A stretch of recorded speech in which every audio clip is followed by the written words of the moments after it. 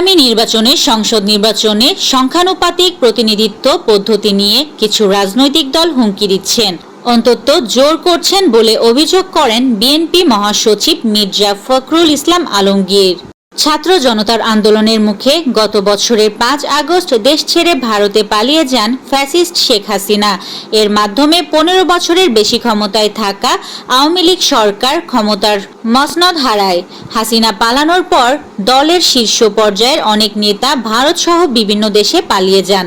তবে দেশের বাইরে অবস্থান করলেও আওয়ামী লীগকে আবার দেশে ক্ষমতায় বসার জন্য নানা ষড়যন্ত্র চালিয়ে যাচ্ছেন ফ্যাসিস্ট হাসিনা ও তার সহযোগীরা। দেশে অবস্থান করা নেতাকর্মী ও আওয়ামী ঘনিষ্ঠদের সঙ্গে যোগাযোগ অব্যাহত রাখছেন হাসিনা। ইসলামী বিশ্ববিদ্যালয়ের আল কুরআন অ্যান্ড ইসলামিক স্টাডিজ বিভাগের মেধাবী শিক্ষার্থী সাজিদ আব্দুল্লাহকে শ্বাসরোধ করে হত্যার ঘটনায় ৪০ দিন পার হলেও খুনিদের গ্রেফতার ও বিচার না হওয়ায় ক্ষোভ প্রকাশ করেছেন শিক্ষার্থীরা। খুনিদের গ্রেফতার ও দৃষ্টান্তমূলক শাস্তির দাবিতে বিক্ষোভ মিছিল ও অবস্থান কর্মসূচি পালন করেছে ইবি শাখা ছাত্রদল ও বিশ্ববিদ্যালয়ের শিক্ষার্থীরা। প্রকৌশল পেশায় বিএসসি ও ডিপ্লোমা ডিগ্রিধারীদের পেশাগত দাবিসমূহ খতিয়ে দেখতে কমিটি গঠন করেছে সরকার। বুধবার মন্ত্রিপরিষদ বিভাগ থেকে এ বিষয়ে প্রজ্ঞাপন জারি করা হয়। চলমান উত্তেজনার মধ্যেই সরকার এই সিদ্ধান্ত নিল।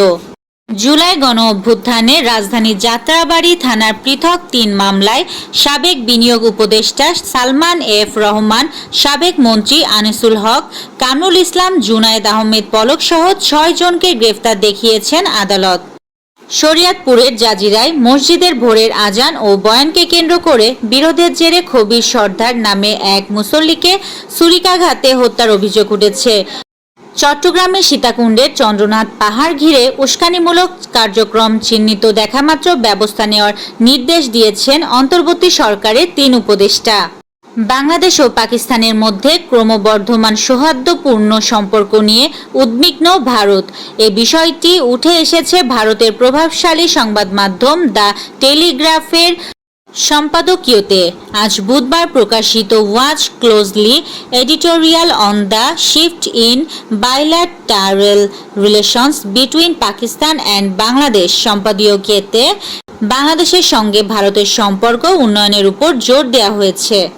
ইসরায়েলের প্রধানমন্ত্রী বেনিয়ামিন নেতানিয়াহুর পশ্চিম তীরে ১৭টি নতুন ইহুদি বসতি স্থাপনের অনুমোদন দিয়েছে এবং ফিলিস্তিনিদের বিরুদ্ধে বসতি স্থাপনকারীদের চলমান আক্রমণের প্রতি সরাসরি সমর্থন জানিয়েছেন।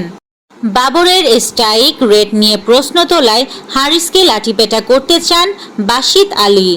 মেসি না রোনালদো প্রশ্নে মুলার বলেন, মনটা রোমান্টিক, তাই মেসি। এই ছিল আজকের শীর্ষ সংবাদ। ছিলাম আমি ইয়াসমিন আক্তার, সুরমা টিভি 24।